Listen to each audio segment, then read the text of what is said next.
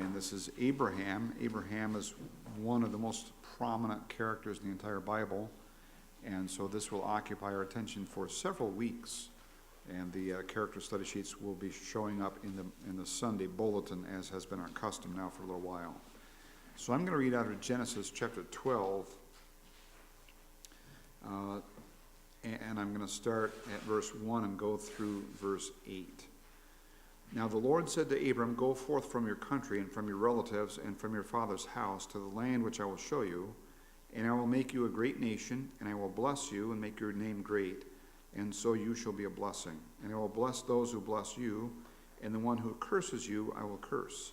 And in you all the families of the earth will be blessed." So Abram went forth as the Lord had spoken to him, and Lot went with him. Now Abram was 75 years old when he departed from Haran. Abram took Sarai his wife, and Lot his nephew, and all their possessions which they had accumulated, and the persons which they had acquired in Haran, and they set out for the land of Canaan. Thus they came to the land of Canaan. Abram passed through the land as far as the site of Shechem, to the oak of Moreh. Now the Canaanite was then in the land. The Lord appeared to Abram and said, "To your descendants I will give this land." So he built an altar there to the Lord who had appeared to him. Then he proceeded from there to the mountain on the east of Bethel, and pitched his tent, with Bethel on the west and Ai on the east. And there he built an altar to the Lord, and called upon the name of the Lord. So dates for Abram are roughly 2150 to 1975 BC. He lived in Ur, which is in Mesopotamia, modern-day Iraq. Abraham is one of the most important figures in the Bible and is the father of the Jewish nation, as well as an example to all believers, Jew or Gentile. We'll spend a few lessons on his life story. There's a huge amount of material in the scriptures on his life. Number one, how old was Terah when he became the father of Abram? 70 years old. Number two, what relation was Lot to Abram? He was a nephew. What was Abram's wife's name? Sarai, and eventually gets changed to Sarah. Number four, remember that in our English translations, the personal name of God, Yahweh or Jehovah, is usually written as Lord, L-O-R-D, all caps. The Lord or Jehovah told Abram to do what in Genesis 12, 1 through 3? Go forth to the land which I will show you. So Abram had never been there before. He didn't know the way. He was going purely on faith, just obeying what God had told him to do, to go to this new territory that he'd never been to before. Number five, summarize what Jehovah promised to Abram in Genesis 12, 1 through 3.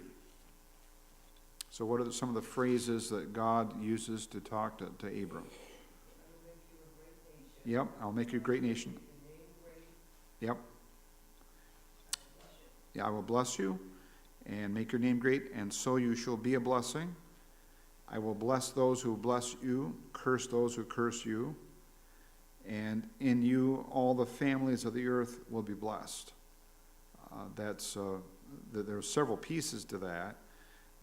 One is, I will make you a great nation, and of course that's the Jewish nation. God promises his blessing. And then that last phrase, and in you all the families of the earth will be blessed. We understand that to have something to do with the Messiah, because it's through Abraham's seed, meaning Jesus Christ, that all the nations of the earth are going to have salvation, the availability of salvation through the descendant of Abraham. Number six, what was Abram's response to God's command? He obeyed. He just did what God said to do. So, imagine God communicating to you, Abram, get up, pack up everything that you own, get all your animals together, get all your household staff, load up the carts, and you're headed west, and you just do it. That's what God told Abram to do, and that's what he did. Number seven, the journey from Haran in modern-day Syria to Canaan would have been arduous. It is a distance of about 600 miles, some of it through desert-like conditions, some of it through hill country. It would have been particularly challenging with large flocks and herds such as Abram possessed.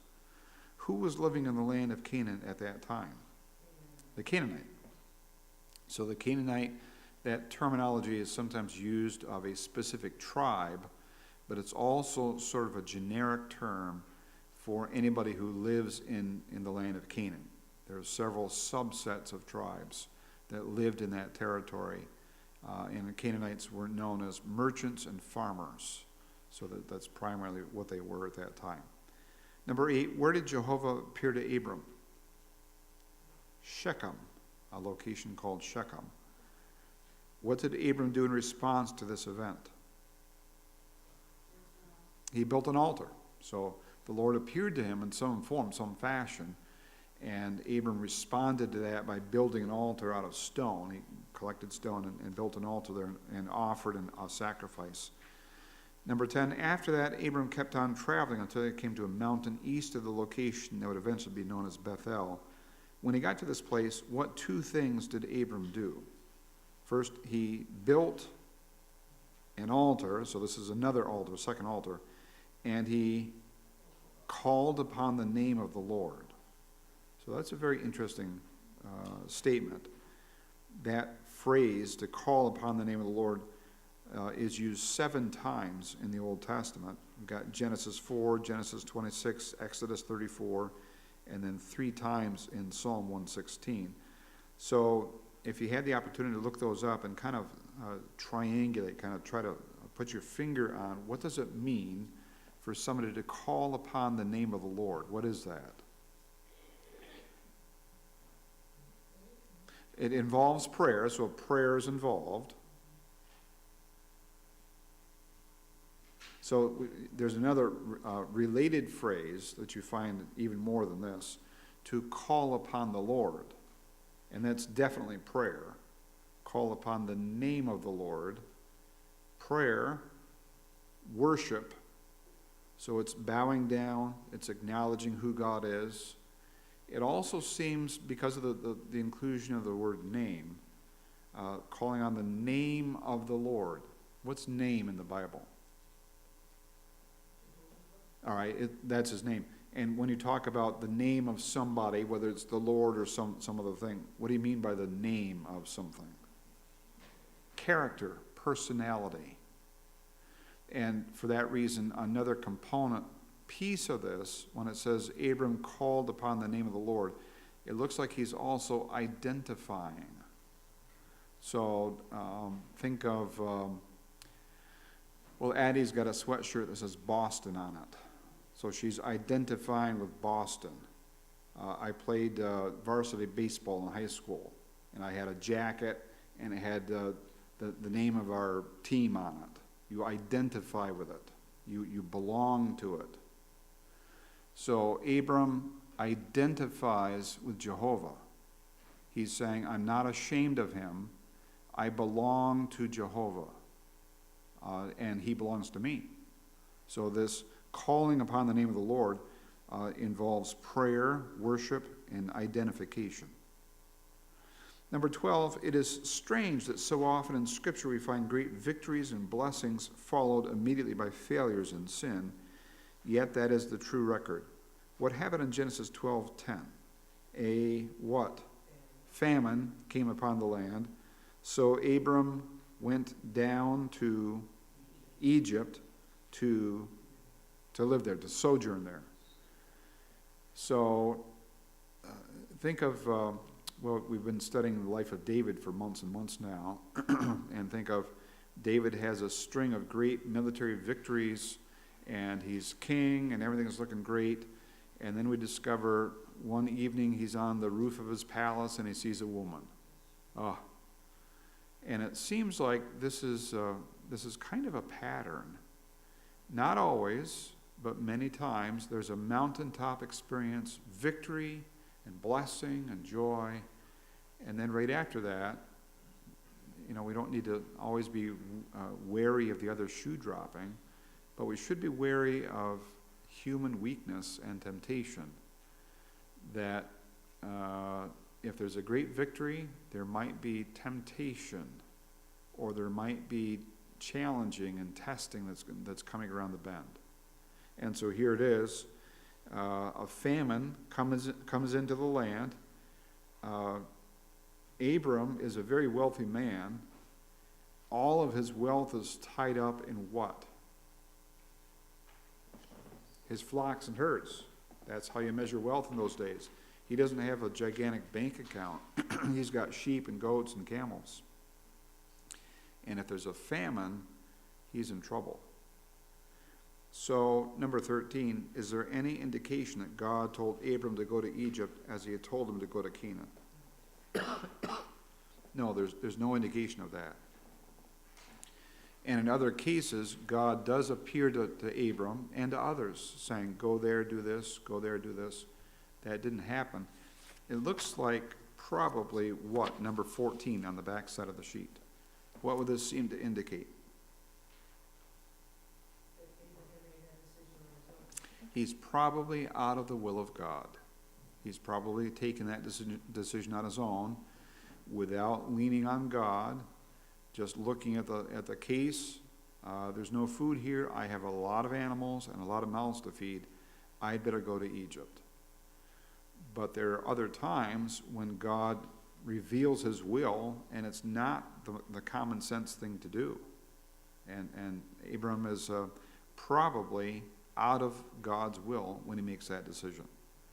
Number 15, what plan does Abram come up with to protect himself from being murdered by the Egyptians?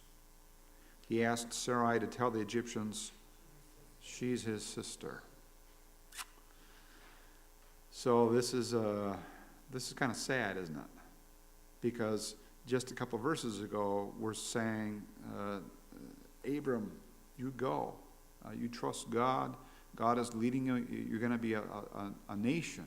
You're going to be an example to all of us believers for thousands of years. And you just trust God and obey him. Do like you're doing. And then all of a sudden, Abram, what are you doing? What is this you're saying? You're not making any sense. And so he tells Sarai that in order to protect me, because if they find out that you're my wife, he thinks they're going to kill him and steal her. And so he comes up with this plan, just tell everybody that we're brother and sister. And she goes along with it. By the way, she's quite an elderly woman herself. She's not quite 90, I think. But she must have been really something if don't you think? Yeah. And so the Egyptians, they did treat him nicely. They gave him flocks and herds and presents and all of this. And then they take Sarai and bring her into the house of Pharaoh. So this is not honoring to God. It's a lie. Abram can try to cover it up any way he wants by saying, well, actually, we're half brother, half sister. But it was a lie. It was wrong. And number 17, what happened to Sarai? She was taken into Pharaoh's house. Number 18, as a result of Pharaoh bringing her into his household, what did God do? God struck Pharaoh's household with great plagues. There's a lot of sickness. Everybody's getting sick all the time with mysterious illnesses. I don't think it was COVID, but it was something, and people were sick, and all of this is going on a lot. Number 19, why would God do this? This requires a little bit of thinking. Well, one, it protected Sarah. All right. And to show Abraham that he was God. Okay. All right. It certainly does demonstrate to Abram, God is saying, I can do anything I want. I could have protected you too. In fact, I could have protected you up in Canaan if you had just trusted me. And it protected Sarai. There's one more piece that's even deeper than that. The messianic line. Remember, God had told Abram, through you all the families of the earth will be blessed. Well, that's about Jesus. And the Messiah needs to be the descendant of Abram and Sarai, not Sarai and the Pharaoh. God is protecting the line of the Messiah. And this is 2,000 years before the time of Christ. And so God is, when God, nobody backs God into a corner. Nobody gets God backed into a corner where he has no room to maneuver. That never happens. God protects his plan. God watches over his sovereign design, and that's what he's doing right here. So, number 20, how did this episode end? Pharaoh berated Abram and commanded his men, who escorted Abram and Sarai away. So, how embarrassing that a pagan king has to tell Abram, what did you do to me? Why would you lie to me like that? What an embarrassing thing you did to the whole nation of Egypt and to me. Why would you treat me like that? What an embarrassing episode that was. You would think that it would get Abram's attention and he would learn from it, and I think he did some. Sadly, it's going to get repeated. It's going to happen again. So, number 21, what lessons can we learn from Abram in this chapter? Always stay in the will of God. Obey the Lord always. What else? If you obey the Lord once, if you trust the Lord once, does that victory kind of secure you for the rest of your life? Don't we wish? Don't we wish that if I had trusted God one time, then for the rest of my life, I don't even have to think about it. I'll always be right. I wish. But that's not how it is. So he trusted the Lord. He left Haran. He traveled 600 miles to go to Canaan. That was trust and obey. He did the right thing. And then a famine appears, and he gets kind of messed up. He says, what am I going to do? What am I going to do? And he says, well, obviously I got to go where there's food. I'll go to Egypt. But what if God had a different plan? What if God had a different method for caring for Abram? And so he kind of got out of God's will, and that led him to make other mistakes. But God is not done using Abram and Sarai. Other comments or questions?